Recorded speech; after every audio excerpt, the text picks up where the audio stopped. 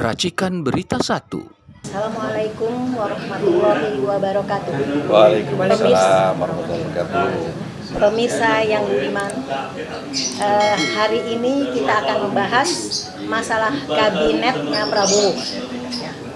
Untuk itu, di sebelah kanan saya, sebelah kanan paling ujung, perkenalkan Mbak Evi. Mbak Evi dan Pak Mas Heru. Mas Heru dari UI ya, Mas? Ya. Angkatan berapa, Mas? Saya Fakultas Hukum tahun 82. Oke, Pak Prabowo tahun 82. Nah, menurut Mas Heru, saya bertanya dengan Mas Heru dulu ya. Mas Heru, Prabowo ini telah membentuk ya kabinet-kabinet ini? Belum. Baru memanggil. Baru memanggil kabinet-kabinetnya. Nah, menurut Mas Heru ini gimana nih kelanjutannya? Harapannya. Ya, betul. Memang saat ini Pak Prabowo sebagai presiden terpilih sudah memanggil beberapa figur, beberapa tokoh ya dari berbagai kalangan untuk dipanggil, dan konon kabarnya mereka itulah yang akan menjadi calon menteri atau pejabat atau apalah namanya yang akan menjadi pembantu presiden. Nah, di sini kita lihat bahwa banyak sekali komentar-komentar masyarakat, warga yang banyak bermacam-macam lah. Ada yang optimis, ada yang pesimis, ada yang kecewa, ada yang sedih, ada yang apatis dan sebagainya. Kali ini kami justru akan memberikan suatu pendapat yang mungkin netral ya. Begini, kita justru ingin berharap agar siapapun nanti yang diangkat menjadi menteri, mereka akan bekerja dengan baik, dengan jujur dan benar ya, dan adil ya, karena misi atau moto dari UI adalah Veritas Probitas Justisia ya, yaitu kebenaran, kejujuran dan keadilan. Nah, di sini kita berharap ya agar presiden terpilih Pak Prabowo nanti dia bekerja juga dengan sungguh-sungguh. Kita sering mendengar bahwa ada menunggu 100 hari bagaimana kinerja presiden. Nah, di sini kami pada kesempatan ini memberikan masukan seperti ini. Yang pertama, KPK kita tahu selama ini diperlemah oleh rezim atau presiden yang banyak sebelumnya, sehingga ini kesempatan bagi presiden terpilih Pak Prabowo untuk memperkuat KPK, diisi dengan figur-figur yang bagus, yang kuat, yang jujur dan adil, sehingga mereka bisa memonitor sungguh-sungguh para pejabat ya, yang sedang bertugas. Nah, pada 3 bulan atau 100 hari pekerjaan mereka itu tentu saja ya kita evaluasi dan kita juga ingat ya, kalau kita bicara sandera itu mereka juga punya track record yang baik macam-macam.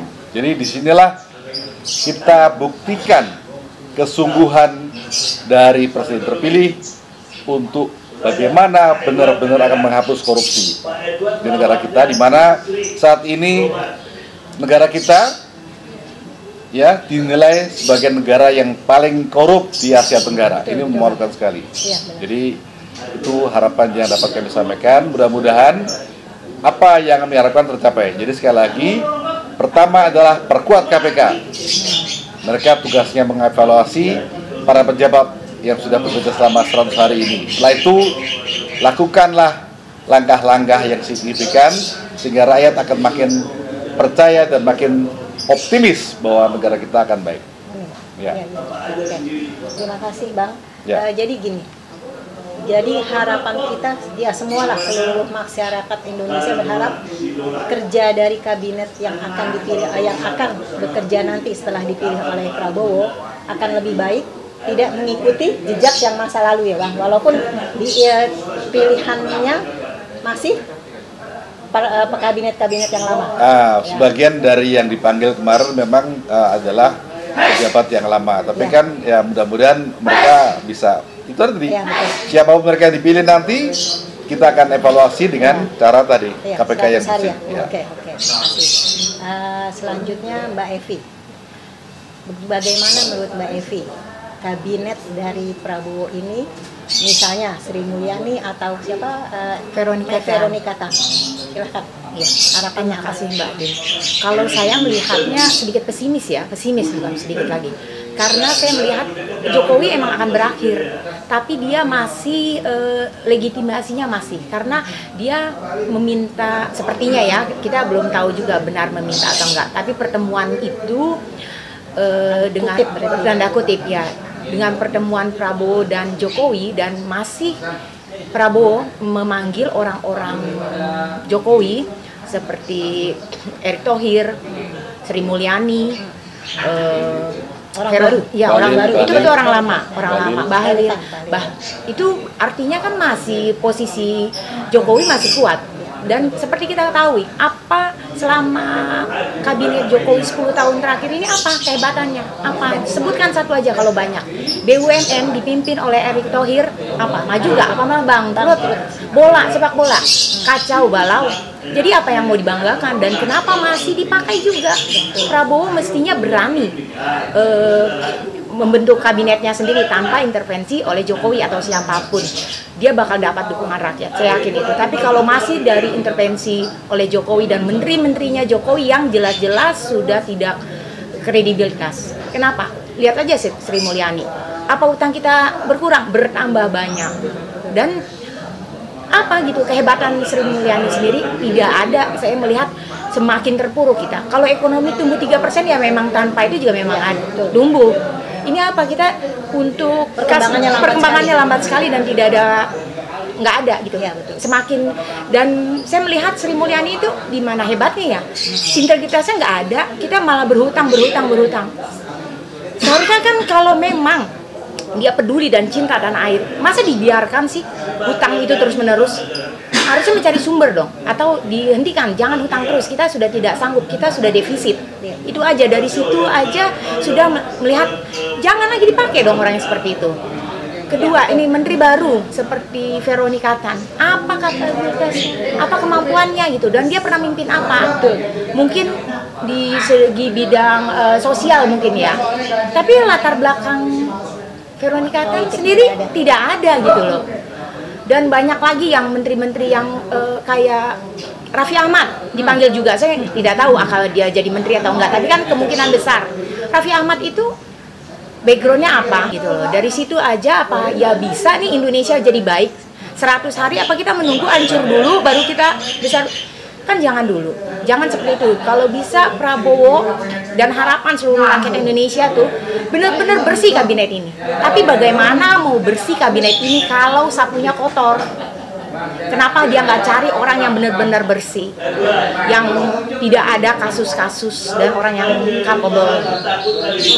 Gini Bang, saya dengar info Abang ini pesepak bola ya. Nah, saya mau tahu nih Bang, perkembangan sepak bola nih saat ini gimana nih Bang? Ya, memang sekarang ini sedang ramai ya, karena kemarin tim Indonesia, timnas kita kalah dari Cina 1-2. Dan saya sebagai, dulu saya kiper di UI.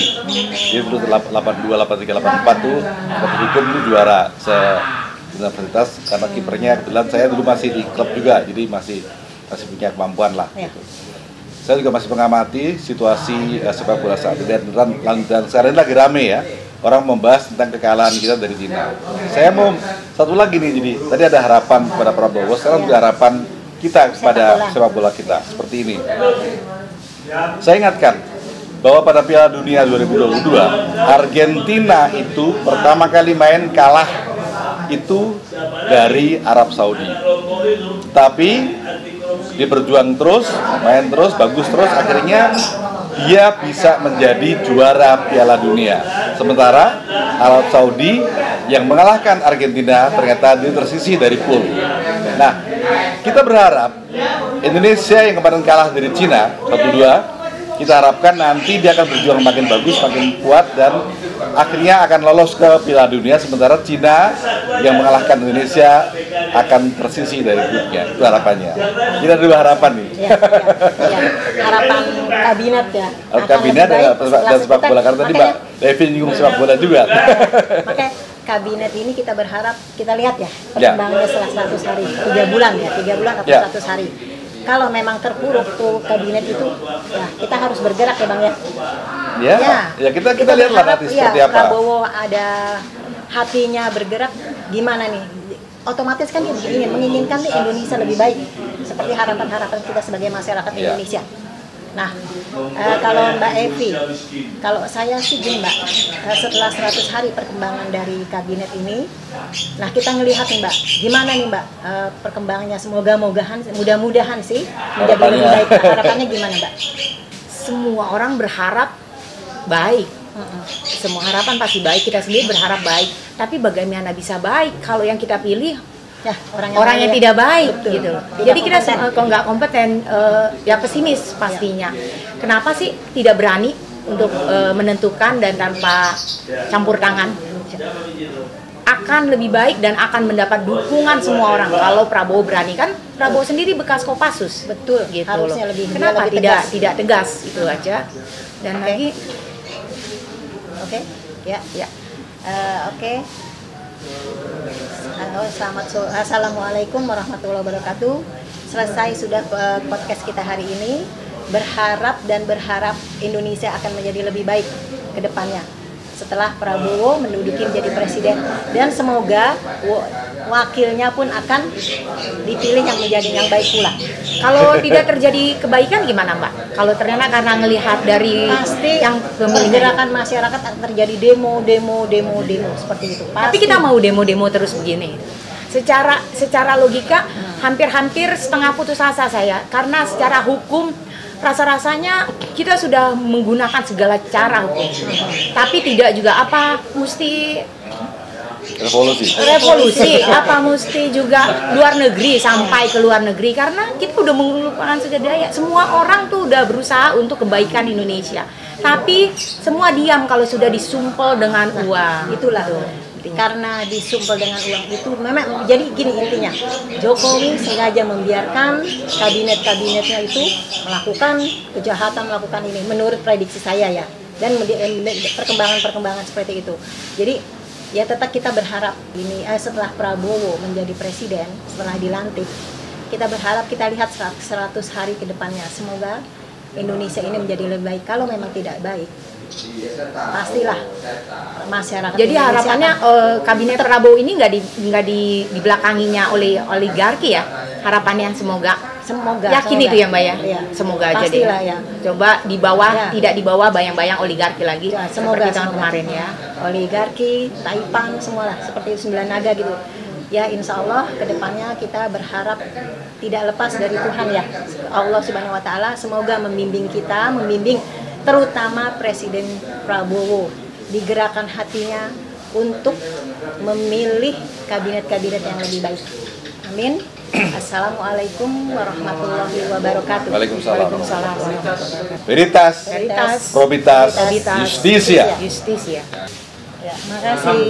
Makasih Mbak Evi. Makasih.